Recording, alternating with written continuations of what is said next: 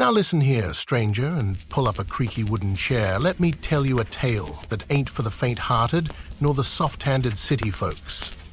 You ever reckon what it'd be like to wake up one dusty morning under the scorching sun of the Wild West, boots still warm from the campfire, and your belly aching for bacon you ain't got? I'm talking about the real West, the one full of cracked lips, snakebite surprises, whiskey-soaked regrets, and a sky so wide it makes a man feel like a speck in the dirt. You think you could last a whole day out there? Let me spin it straight. You wouldn't last till sundown. See, the Wild West weren't no theme park. It weren't polished spurs and romantic standoffs like them picture shows tell it. It was more like a muddy boot to the face. The first light of dawn wasn't no sweet golden beam. It was a rude reminder you'd made it through the night without getting eaten by a mountain lion or scalped by a rival gang looking to send a message. If you were lucky, your fire hadn't gone out and the coyotes hadn't sniffed you out. You'd wake up stiff from sleeping on rocks and bones, because mattresses weren't no more common than a warm bath. Breakfast? Well, if you hadn't shot yourself some rabbit or scavenged dry beans from your busted saddlebag, then it was starvation stew for you. And even if you had something, cooking it meant dealing with rusted pans, low flames, and grit in your teeth, 'cause sand blew in faster than a cheating gambler in a saloon. You'd chew each bite like it owed you money, and it still wouldn't fill the holler in your gut. And don't go thinking you could just ride into town and get a decent meal. Towns were few, and most weren't worth visiting unless you liked being robbed blind or shot dead over a spilled drink. You walk into one of them saloons looking for comfort, you'd be meeting eyes with desperados, bounty hunters, and dusty souls who ain't blinked in years. Order a drink, and you might get rot-gut whiskey that burned your throat worse than the midday sun, or worse, moonshine made in a back barn with snake venom and regrets. Now, let's say you avoided getting shot or poisoned at breakfast. Congrats, time to saddle up. Except, horses weren't machines. They got sick, they got mad, they bucked you off if you so much as sneezed wrong. And if you didn't have one, well, you walked. Across deserts, dry rivers, and hills that stretched on forever. Ain't no Uber in the Wild West. Your legs were your best friends and worst enemies. Walk too long, your boots start to blister. And if you didn't fix them fast, infections set in. Ain't no antibiotics out there, partner. Just whiskey, grit, and a high chance of gangrene. Now let's talk about the folks you'd meet. Say you passed a rancher. He might tip his hat, or he might shoot first thinking you was a rustler. Lawmen, sure, some towns had sheriffs, but most of them were just the fastest draw with a badge. No background checks. A man could be a saint at sunrise and a scoundrel by sundown. And if you crossed the wrong man, say, cheated him at poker or accidentally flirted with his gal, you'd be counting your teeth in the dirt before you could say howdy. And them outlaws? Don't even get me started. Gangs like the Hole in the Wall bunch or the Benders didn't play nice. You'd hear their spurs long before you saw their eyes, and by then it was too late. They didn't shoot to warn, they shot to end. Robbery, kidnapping, murder, they did it like breathin'. And if you ended up captured, hope you liked the taste of gunmetal and despair, 'cause they didn't always finish the job quick. Now, let's imagine you were out herding cattle. Sounds noble, right? Just a man and his herd beneath the endless sky. Wrong. Cattle drives were week-long nightmares. You'd sleep little, eat less, and spend your days wrestling angry, confused animals who could trample you flatter than a pancake on a wagon wheel. If the cattle didn't kill you, then the stampedes, lightning storms, or bandits probably would. And all for what? A few dollars and a mouthful of dust. And say you were lucky enough to own some land, maybe a little homestead with a tin roof and a well that didn't go dry. That sounds better, don't it? But hold your horses. Homesteading weren't a picnic. You had to build everything from scratch. Nail by rusty nail, plank by warped plank. And when the crops didn't grow, or locusts ate them, or the water dried up, well, tough luck. Ain't no grocery store nearby. Your neighbors were 20 miles away and the nearest doctor might as well be on the moon. Winter, brutal. Summer, worse. Rain didn't come when you needed it and came all at once when you didn't. Tornadoes, dust storms, flash floods. Welcome to the West, where the weather was your worst enemy and your only shelter was 4 rattling walls and hope. If you didn't tie down your soul, the wind would carry it away. Now let's talk hygiene, or the lack of it. Baths were rare, soap was harsher than a preacher's glare, and water was for drinking more than cleaning. Folks smelled like sweat, leather, and desperation. Lice, fleas, and every itchy thing you can name lived in your clothes. And if you got cut or bit or burned, infection was waiting in the wings, ready to throw you 6 feet under without so much as a howdy-do. And romance. Ha! You think love was alive and well out there? Maybe, if you call marrying your neighbor's widow and raising 6 kids in a one-room shack romantic. Courting was less flowers and more practicality. Can she cook, shoot, and survive childbirth? Can he chop wood, fend off wolves, and stay sober long enough to raise a barn? That was your Tinder profile in them days. Say you tried to make an honest living, maybe a blacksmith or a barkeep or a teacher. Trouble still found you. Thieves didn't care if you were moral. Drunks didn't respect your chalkboard. The economy was a mess, money was tight, and gold fever had men killing for pebbles that glittered wrong. Every trade had risk, and every day was a gamble. Sometimes the only difference between a hero and a corpse was how quick they could draw a gun or swing a fist. Even sleep didn't offer peace.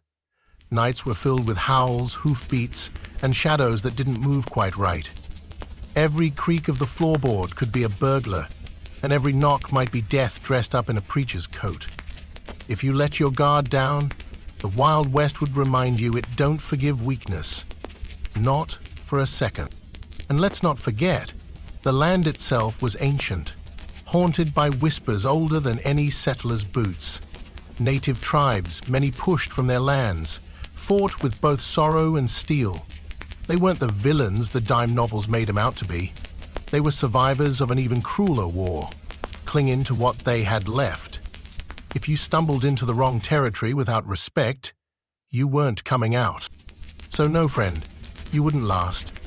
Not 'cause you ain't brave, and not 'cause you don't mean well. It's 'cause the Wild West wasn't made for the soft, the slow, or the unprepared. It was a crucible, a test of blood, bone, and will. Even them who were born into it barely came out the other side with both lungs and all their fingers. It was a land where water was gold, gold was a curse, and justice came from the barrel of a revolver. A land where the wind wrote your name in dust and the sun branded your soul. You'd step out at sunrise full of hope, and by sundown you'd be begging the stars for mercy. And the stars? They didn't listen. But still, some made it. Some didn't just survive, they thrived. Built towns, raised families, carved stories into the canyons. Not because it was easy, but because they were tougher than the land, louder than the silence, and meaner than the wolves. And maybe, just maybe, if you had a little more grit in your gut and callus on your hands, you could have joined them.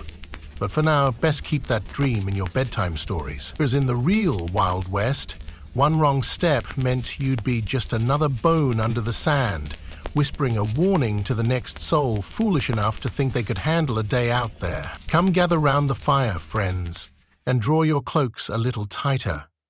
For I'll spin you a tale not of dragons or lords, but of a truth far colder. Colder than frost in the marrow, harsher than a scorned widow's curse.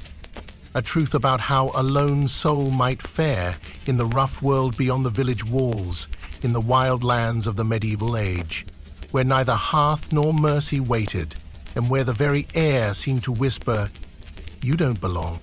Picture it now. You rise with the first pale light of dawn, your breath clouding in the cold like smoke from a dying flame. You've no cottage, no kin nearby, just your boots worn near through, a crust of black bread tucked in a satchel, maybe a rusted knife or staff, if you're lucky, and the road ahead, It ain't no road at all, just mud, thorns, and uncertainty. Out here, in the forgotten corners of the realm, the land itself turns against you. The forests grow thick and twisted, branches clawing at your hair like bony fingers. The trees creak and groan with secrets best left buried. There are no signposts, no friendly bird song, only the caw of a raven, the rustle of something unseen. A man can walk in circles for days in those woods, fed on nothing but fear and mossy water, and many did. Their bones now lie tangled in the roots. And then there's the weather. Ah, the weather. Ever shifting, ever cruel. In one breath the skies shine fair, the sun dappling the leaves. In the next, clouds roll in like an army. Rain lashes down with the fury of saints denied. You're soaked to the bone, shivering beneath your cloak. Your boots turn to wet leather bags. A fire? Ha! Good luck finding dry wood when all is slick with mud. And if you do find it, pray you've the skill to strike flint, else you'll sleep in your damp clothes, teeth chattering like goblin drums.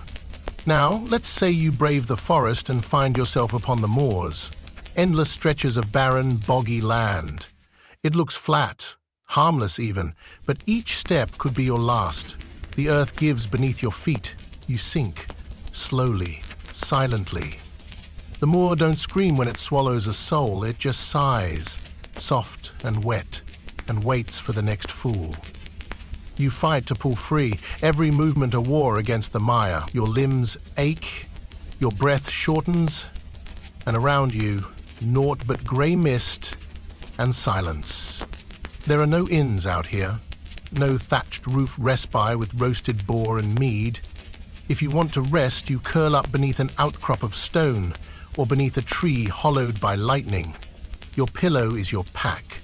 Your blanket is the cloak on your back, full of holes and smelling of old sweat.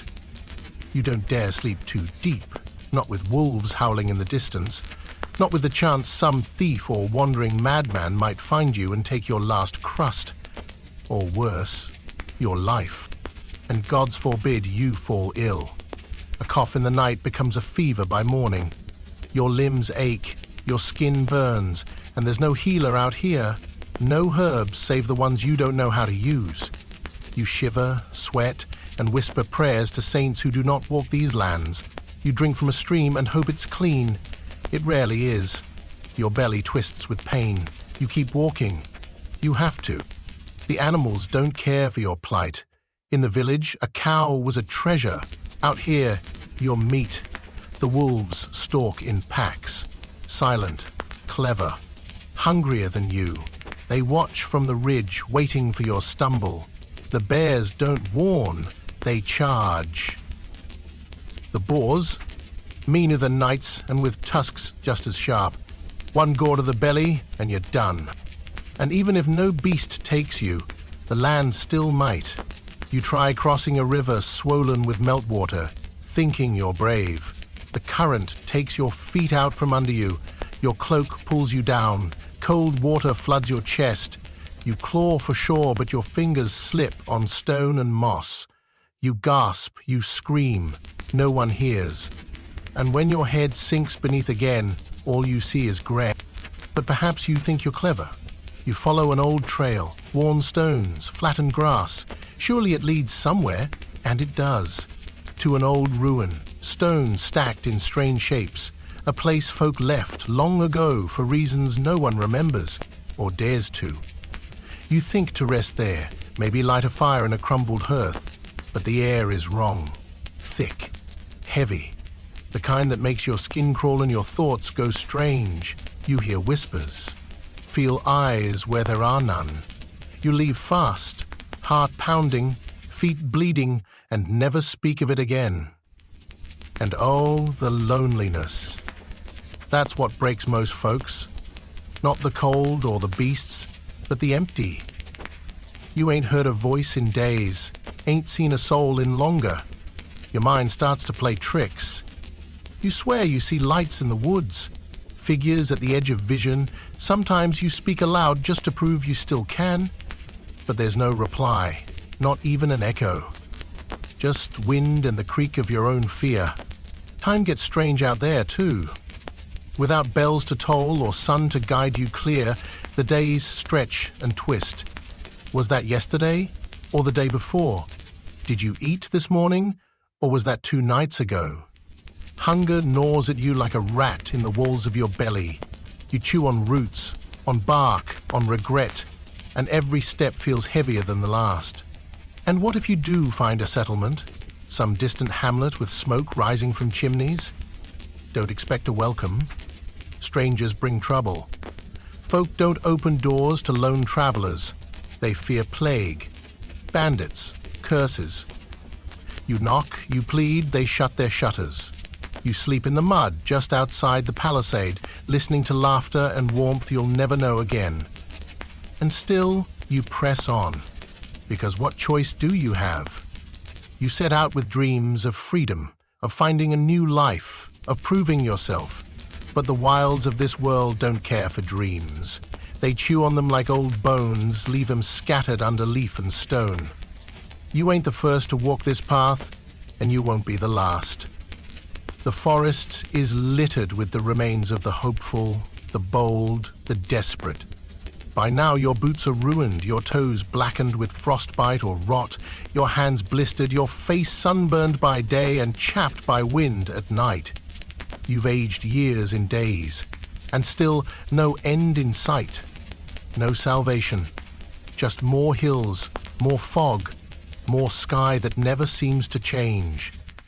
You begin to forget your own name. You begin to wonder if the world forgot you too. And yet, there's something about this land, something terrible and awe-filled. In the quiet, between heartbeats, you feel it, a power ancient and unmoved. It does not care if you live or die, but it watches, tests you. The ones who make it through, if any do, are never the same. They return with eyes like cold embers, with stories they cannot speak, with a silence that settles in their bones and never quite leaves. So next time you look out across the meadows or stand at the edge of a dark wood, think twice. That wild you see, it's no place for the weak of heart. The medieval world beyond the walls is wide, wild, and waiting. And you, dear traveler, you are far too soft for it. Unless you've got the will to walk through a land that wants nothing more than to see you broken. Unless you can stare down the void and laugh, even when your knees buckle and your hope thins like mist. Unless your soul is made of something tougher than steel and hungrier than wolves, then maybe, just maybe, you'll last one more night. But don't count on it. Sit close to the fire, friend, and keep your back to the wall. Don't mind the cold creeping in through the cracks. It's not the chill that'll kill you out there. It's the men, the blades, the grudges. In these lands, in these times, you didn't live because you were good or clever or lucky. You lived because you were ready to bleed, and to make others bleed first. That was life in the old world, in the age of stone halls and broken crowns. There was no safety, not really. Just the illusion of peace between the next round of bloodletting. You see, in the medieval world, violence wasn't the exception. It was the rhythm of the land. The language of law and revenge. The whisper in every dark corner and behind every wooden door. Men woke with swords and slept with daggers. Women learned to swing axes if they wanted to keep their homes.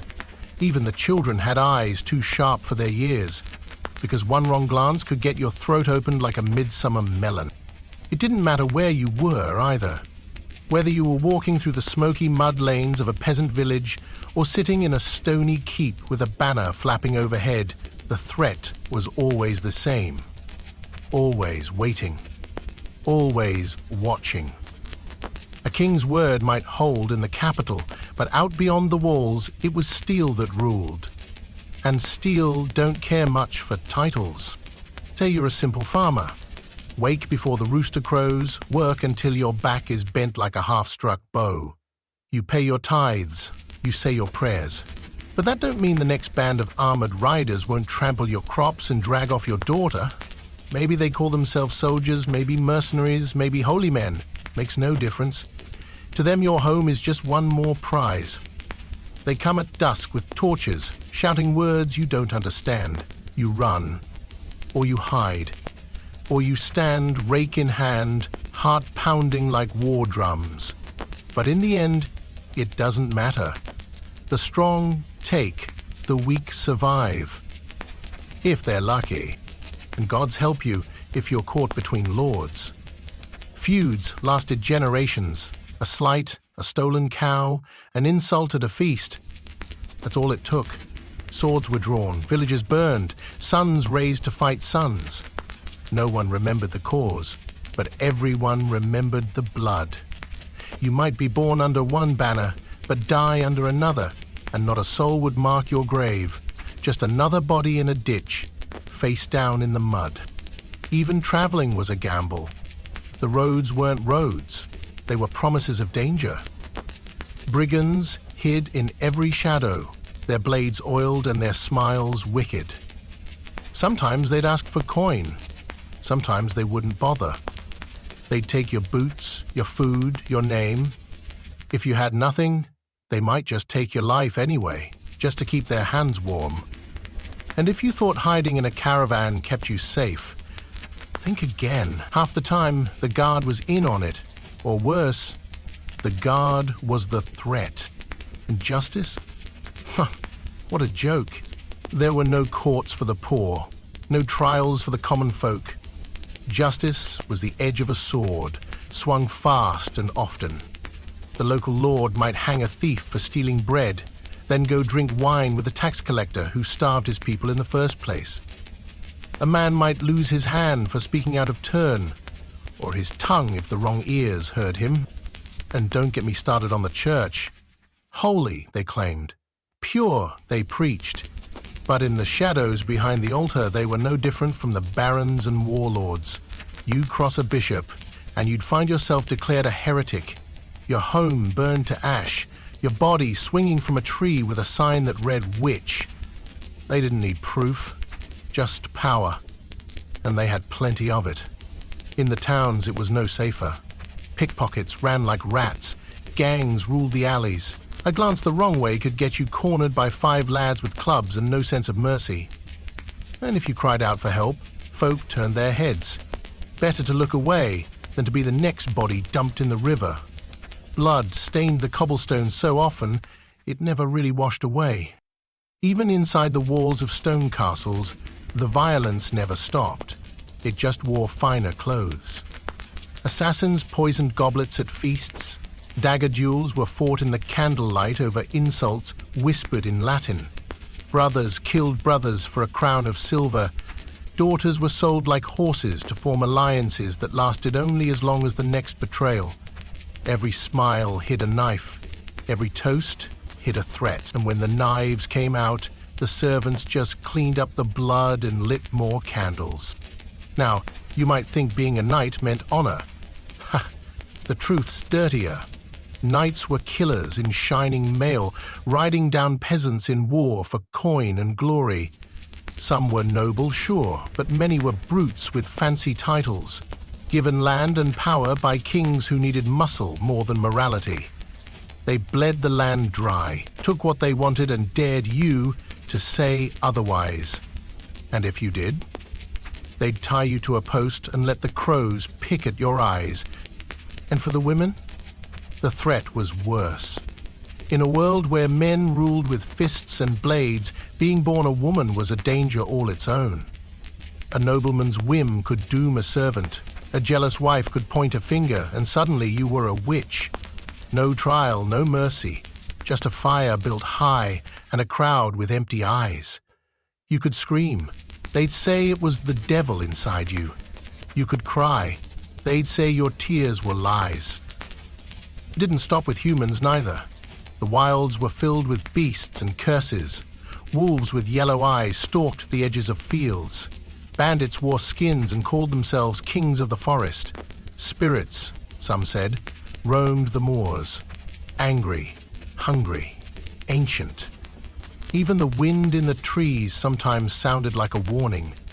And many listened, Those who didn't, well, their stories ended in whispers and blood. So what did you do back then? How did you live in a world where a blade could end your days over nothing? You learned.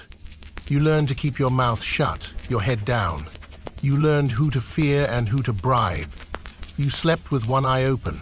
You walked with your hand on your hilt. You spoke in half-truths in silence. Trust, that was a luxury. Honor, that was a story for songs. Real folk knew better. Every village had a tale of the man who vanished on his way to the next hamlet, of the child found with blue lips by the river, of the widow whose body was never found. They didn't make them up. These were warnings, stitched into every fireside fable, every drunken chant. And still, folk went out. Because they had to. Hunger was a worse enemy than fear, and in this world, you had to choose your killer. Even in the rare moments of peace, when the wars were paused, the weather fair, the neighbors quiet, there was still a tension in the air, a stillness like before the storm. You felt it in your bones, in the way the dogs barked at nothing, in how the ravens circled just a bit too low, in how the old folks refused to sleep deeply, because everyone knew that peace in the medieval world was just the breath between screams. So sit here, warm your hands a while, and count your blessings. For if you'd been born back then, your story might have ended before it ever began. Not with glory, not with fame, but with a blade in the back, a boot in the mud, and a prayer lost to the wind. That, my friend, was life in the age of iron and blood. And if you think you'd survive it, you'd best keep one hand on your dagger and one eye on the door. Because in that world, violence wasn't coming, it was already there. Sit ye down, and I'll tell you something that don't make it into the bard songs and the fancy tapestries. They sing of knights and glory, of castles and conquests, but they don't sing of the stench, nor the bellyache that twists a man in two, nor the rot that eats you slow while the world keeps spinning. No, friend, the truth of medieval times, it ain't plated in gold. It's smeared in filth, hunger and sickness. It's in the empty bowl and the cough that don't quit. It's in the lice that chew your scalp and the pus that oozes where no healer dares touch. You want to know how folk lived back then? I'll show you. Step into a hut, not much taller than a man, with walls of wattle and daub, and a roof that leaks when it rains and traps smoke when it don't. The fire's always going, not for warmth, but to keep the damp off the walls and the rats from settling in. There's no chimney, just a hole in the roof, so the smoke clings to your eyes and lungs like a second skin. You breathe deep and it burns. That's your air. Now look at the food, or what passes for it. You don't get meat every day. No, meat's for feast days and nobles. You eat what you grow, and that ain't much. A bit of barley mash if you're lucky, maybe some cabbage or onions boiled till they give up the ghost. Turnips, hard as stones, bread so black and tough it could knock out a thief. And don't ask what's in it. Sawdust, sometimes. Ground beans, bits of mold scraped off the last loaf. It fills the belly, but just barely. You chew it slow, not 'cause it tastes good, but 'cause there's no more where it came from. Milk, that's for babes and beasts. Eggs, if the hens ain't dead from foxes or sickness. Ale, aye, ye drink that, but not for joy. Water's worse, stagnant, brown, full of things too small to see but strong enough to kill. The stream by the village, that's where the pigs bathe, where the laundry's done, and where the dead sometimes float. You drink from it anyway, you have to. Your throat's dry and the sun don't care. And when harvest fails? Ah, that's when you learn what starvation really means. Bellies swollen from air and nothing else, eyes sunken, skin grey. Folk eat bark, grass, dead cats if they can find them. Mothers give their last crust to a child, then die in the night with a smile on their lips and an empty gut. You can't imagine it until you see it. A whole village turned quiet, not from peace, but from weakness, too tired to scream, too hungry to hope. Then comes the winter. Cold, sharp as a blade in the ribs. Your boots are thin, your cloak is threadbare. There's frost on the walls inside the house. You burn what you can, furniture, thatch, even your own tools.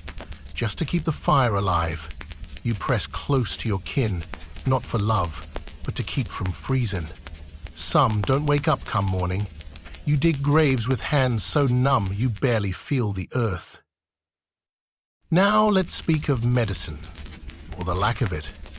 You get sick and there ain't no doctor in a white coat. There's the village herbalist, maybe. An old woman with yellow teeth and eyes like cloudy glass.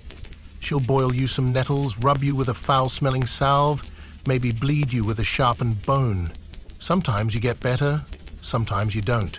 She shrugs, says the spirits have chosen. What else can she do? You got a fever? Best wrap yourself in rags and sweat it out. Got a wound? Pray it don't turn black. Pray it don't swell and ooze and stink.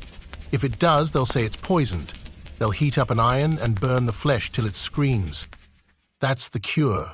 Fire, or leeches, or prayers. None of it guaranteed. And the plague? Oh, the plague. When it comes, it doesn't knock. It barges in, coughing and wheezing, leaving boils and bodies in its wake. Folk die by the cartload. Black sores, blood from the mouth, eyes rolling back like marbles. You see your neighbors one day and bury them the next. You watch priests burn incense and cry to the heavens, but the sky stays silent. The bells toll every hour. The streets fill with death. Even the rats seem to weep. There's no such thing as hygiene, not as we know it. Baths? Maybe once a year. Maybe. Soap's rare. Water's colder than sin, and scarce besides. You scrape the dirt off with straw. You stink. Everyone stinks. You don't notice anymore. It's the smell of life. The smell of sweat, manure, rot, and smoke. You sleep in your clothes, and so do the fleas. They bite all night. You itch till you bleed. Sometimes lice crawl from your hair onto your pillow. Sometimes your skin breaks out in sores. The privy's a hole in the ground if you've got one. If not, the woods'll do. The rivers carry more than fish. They carry waste, sickness, curses. You don't wash your hands because you don't know you should. You don't cover your mouth when you cough because no one ever told you. Germs? What's that? Illness is a punishment, a sign from the heavens, a curse from a witch. And so, they beat the sick, they chain them, they cast them out. A poor soul could be dying of a cough, and the village might toss him into the woods to cleanse the air. Aye, and women. God's help them. A woman bears a child in filth, on straw, soaked in blood, no doctors, just a midwife and a prayer. She screams through the night while the walls shake. And sometimes the babe lives. Sometimes the mother does. Rarely both. If the child dies, they say it's God's will. If the mother does, they say she was weak. They bury her fast, before the body swells, before the crows come. Teeth rot right out of your skull by 30. Gums swell like grapes. You chew with the side of your mouth that hurts less, and when all your teeth are gone, you soak your bread in ale and hope you can still swallow. A splinter could kill you. A cut from a rusted nail could end in fever and death. There were no second chances, no clean hospitals or sweet pills. Just pain. And the waiting. But oh, the folk endured. Somehow. With empty bellies and trembling hands, they planted again come spring. They boiled their herbs, they shared what little they had, they sang songs not because life was easy, but because it was hard. And singing made the shadows back off, even for a little while. They found joy in a turnip stew, in a fire that stayed lit, in a child who lived past 5 winters. Those were victories, those were feasts. And when the rare fat goose roasted over the fire, when the village came together, when the ale flowed and the music rose, then life felt rich, brief, brutal, but rich. For a moment, they danced with bare feet in the mud, not caring for the stink, nor the hunger waiting tomorrow, because for one night they remembered what it was to live. But make no mistake, friend, you, with your clean water and warm beds, with your doctors and full cupboards, you would not last a week in those days. You would break at the first fever, starve at the first failed harvest, go mad from the lice and the filth and the coughing all around you. That was the truth of medieval life. Not the armor, not the banners, but the struggle to eat, to heal, to stay clean long enough to see another morning. So, next time you light a candle, bless it. Next time you bite into fresh bread, taste it deep. Next time you wash your face with warm water, remember those who never could. Because the past, it ain't just dusty scrolls and old tales. It was real, it was hungry, and it was waiting in every shadow for someone just like you to see if you'd survive. Sit ye close and lean in, for this tale ain't told with soft words or sweet songs. It's told with calloused hands and broken backs, with breath that stinks of ale and effort. You want to know what it meant to work in the old times? Real work. I'll show you. Not the fancy court jobs with velvet robes and gold ink, no. I speak of the work that made kingdoms stand tall and broke men before their time, the labor that stained the soil with sweat and blood, the kind where every sunrise brought pain and every sunset brought barely enough. Now take a peasant, just your everyday soul, born with nothing but a patch of land and a pair of aching feet. He don't own the land, mind you, that belongs to the Lord, who lives up the hill in a stone house and never touches a plow. But the peasant? He rises before the rooster while the stars are still blinking. He's got to till that soil with tools that are older than his grandfather. No machine, just wood, iron, and stubbornness.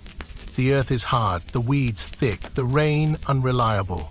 And when it rains too much, mud so deep it sucks your boots clean off your feet. When it don't rain enough, cracks in the ground like veins in old skin. And there's no break.